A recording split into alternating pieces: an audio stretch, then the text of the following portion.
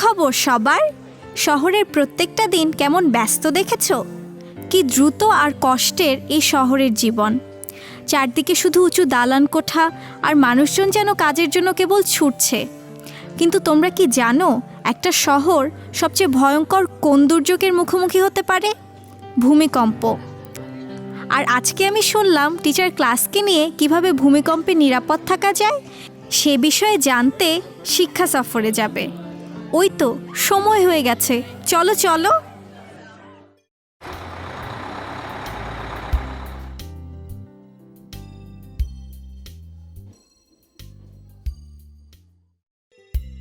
আমার মনে হয় তোমরা সবাই ভাবছো যে এটা তো বিশেষ তেমন কোনো জায়গা না, কিন্তু তোমরা জেনে অবাক হবে যে এই জায়গাতেই দৈনন্দিন জিনিস এমনভাবে সাজানো যা আমাদেরকে ভূমিকম্পের সময় নিরাপদ রাখতে সাহায্য করবে। কিন্তু তার আগে আমি ভূমিকম্প সম্বন্ধে তোমাদের সাথে কথা বলবো, কারণ তোমাদের অনেকেই কখনো ভূমিকম্প দেখোনি। ভূমি বা মাটির কেঁপে ওঠাকে ভূমিকম্প বলে। এই যে তোমরা মনিটরে দেখতে পাচ্ছ, বাংলাদেশ ভূমিকম্পের ঝুঁকিপূর্ণ 3টি বিভাগে বিভক্ত। ঝুঁকিপূর্ণ বলতে বোঝায় যে এসব জায়গায় মৃদু বা প্রবল ভূমিকম্পের আশঙ্কা রয়েছে। এই যে এখানে দেখো যে বাংলাদেশের দক্ষিণ পশ্চিম দিকের রং সবুজ করা, তার মানে এটা অঞ্চল 3 বা কম ঝুঁকিপূর্ণ এলাকা, কারণ এটা হালকা ভূমিকম্প প্রবণ। এছাড়া বাংলাদেশের মাঝখান দিয়ে যেখানে ঢাকা অবস্থিত তা হলুদ, কারণ এটি মাঝারি ঝুঁকিপূর্ণ বা অঞ্চল 2। আর বাংলাদেশের উত্তর পূর্ব দিক যা কিনা অঞ্চল 1, এর রং লাল, এটা অধিক ভূমিকম্প প্রবণ এলাকা। বেশিরভাগ ভূমিকম্পই এই এলাকায় ঘটে, কারণ এটা 2টি সক্রিয় ফল্টের কাছে অবস্থিত, যা কিনা ডাউকি ফল্ট আর মায়ানমার ফল্ট। স্যার, ফল্ট কি? আর ভূমিকম্প ফল্টের কাছেই বা হয় কেন? আচ্ছা, ফল্ট ভালোভাবে বোঝার জন্য প্রথমে পৃথিবীর টেকটনিক প্লেট সম্বন্ধে জানা দরকার। পৃথিবীর বাইরের আবরণ বা ভূপৃষ্ঠ প্লেটের সংমিশ্রণে তৈরি, যা কিছুটা ডিমের খোসার মতো। এটা অনেকটা বিশাল মাটির টুকরা যা একে অপরের সাথে লাগানো।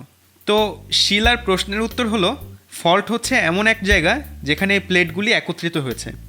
এই ফল্টগুলোর কাছ দিয়ে বিভিন্ন রকমের চাপের সৃষ্টি হয়, কারণ এই প্লেটগুলি অনবরত নড়াচড়া করে।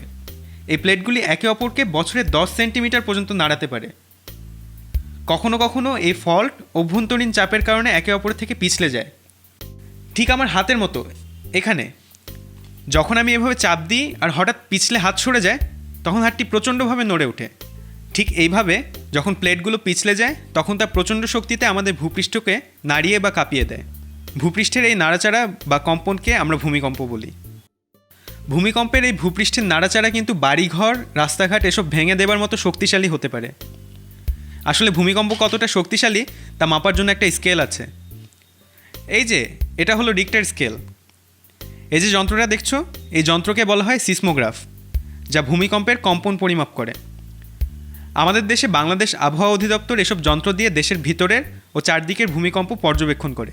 তারপর রিক্টার স্কেল ব্যবহার করে ভূমিকম্পের মাত্রা নির্ণয় করা হয়। যদি ভূমিকম্পের মাত্রা 3-এর চেয়ে কম হয়, তখন তাকে অতি মৃদু ভূমিকম্প বলে। 3-এর উপরে হলে একে মৃদু, 4 হলে হালকা, 5 মাঝারি, 6 শক্তিশালী, 7কে তীব্র এবং 8-এর অধিককে প্রলয়ঙ্করী বলা হয়। আমাদের দেশে আগে বিভিন্ন মাত্রার ভূমিকম্প হয়েছে। গত 150 বছরে বাংলাদেশে 60টি তীব্র ভূমিকম্প অনুভূত হয়েছে। হ্যাঁ, বড় ভূমিকম্প হলে তখন আমাদের কি হবে? আমরা কোথায় পালাবো? দুঃখের বিষয়, কখন যে পরবর্তী ভূমিকম্প হবে তা আমরা কখনোই বলতে পারি না।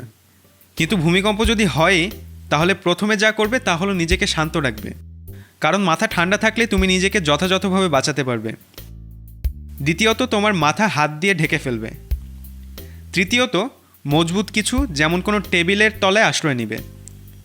সবশেষে মনে রাখবে, কখনোই ভূমিকম্পের সময় লিফট ব্যবহার করবে না, আর তাড়াহুড়া করে বাড়ি থেকে বেরও হবে না, কারণ অতীতে বহু মানুষ তাড়াহুড়া করে বের হতে গিয়ে আহত হয়েছে। আমার মনে হয় আমি ওই অঞ্চল 3-এর উপকূলের কুঁড়ে ঘরে গিয়ে থাকবো, বিল্ডিংয়ে থাকবো না। সেটাই তো অনেক নিরাপদ। কথাটা ঠিক না বাদল। উপকূলে গিয়ে কুঁড়ে ঘরে থাকার অন্যরকম বিপদ আছে। তুমি উপকূলে চলে গেলেও সেখানে ভূমিকম্পের ফলে সৃষ্ট সুনামিতে আক্রান্ত হতে পারো। সুনামি কি? সুনামি হলো বিশাল সমুদ্রের ঢেউ, যা সমুদ্রের তলার পৃষ্ঠে ভূমিকম্পের ফলে সৃষ্টি হয়। এই ঢেউগুলো সাধারণ ঢেউয়ের চেয়ে অনেক বেশি বড় আর ধ্বংসাত্মক। এরকম ভূমিকম্প যখন ঘটে, তখন এত বিশাল ঢেউয়ের সৃষ্টি হয় যা কিনা একটা ছোট শহরকেও ভাসিয়ে নিতে পারে। এটা কিভাবে হয় স্যার? এই যে ছবিটা দেখো, দেখো কিভাবে পানির নিচে ভূমিকম্পের ফলে সুনামি সৃষ্টি হয়। দেখছো তো কিভাবে সমুদ্রের তলার প্লেটের নড়াচড়ার ফলে বিশাল ঢেউয়ের সৃষ্টি হয়। এই ঢেউ সমুদ্রের সাধারণ ঢেউ থেকে পুরো অন্যরকম, কারণ এটা অনেকটা পানির তৈরি একটা দেয়ালের মতন। আর এর উচ্চতা তীরে এসে অনেক বেড়ে যায়, কারণ সেখানে সমুদ্রের গভীরতা অনেক কম। সুনামির সময় তাহলে আমরা কি করে নিরাপদ থাকবো? সাধারণত ভূমিকম্প হওয়ার পর সুনামির ঢেউয়ে তীরে পৌঁছাতে সামান্য কিছুটা সময় লাগে। তখন সুনামির সংকেত দেওয়া হয়। যখন সুনামির সংকেত শুনবে সঙ্গে সঙ্গে উঁচু কোথাও চলে যাবে, আর তখন জরুরি সংবাদের দিকে খুব খেয়াল রাখবে। যাই হোক, যদি কখনো ভূমিকম্প হয় আশা করি এই কথাগুলো তোমাদের মনে থাকবে। ঠিক আছে তাহলে?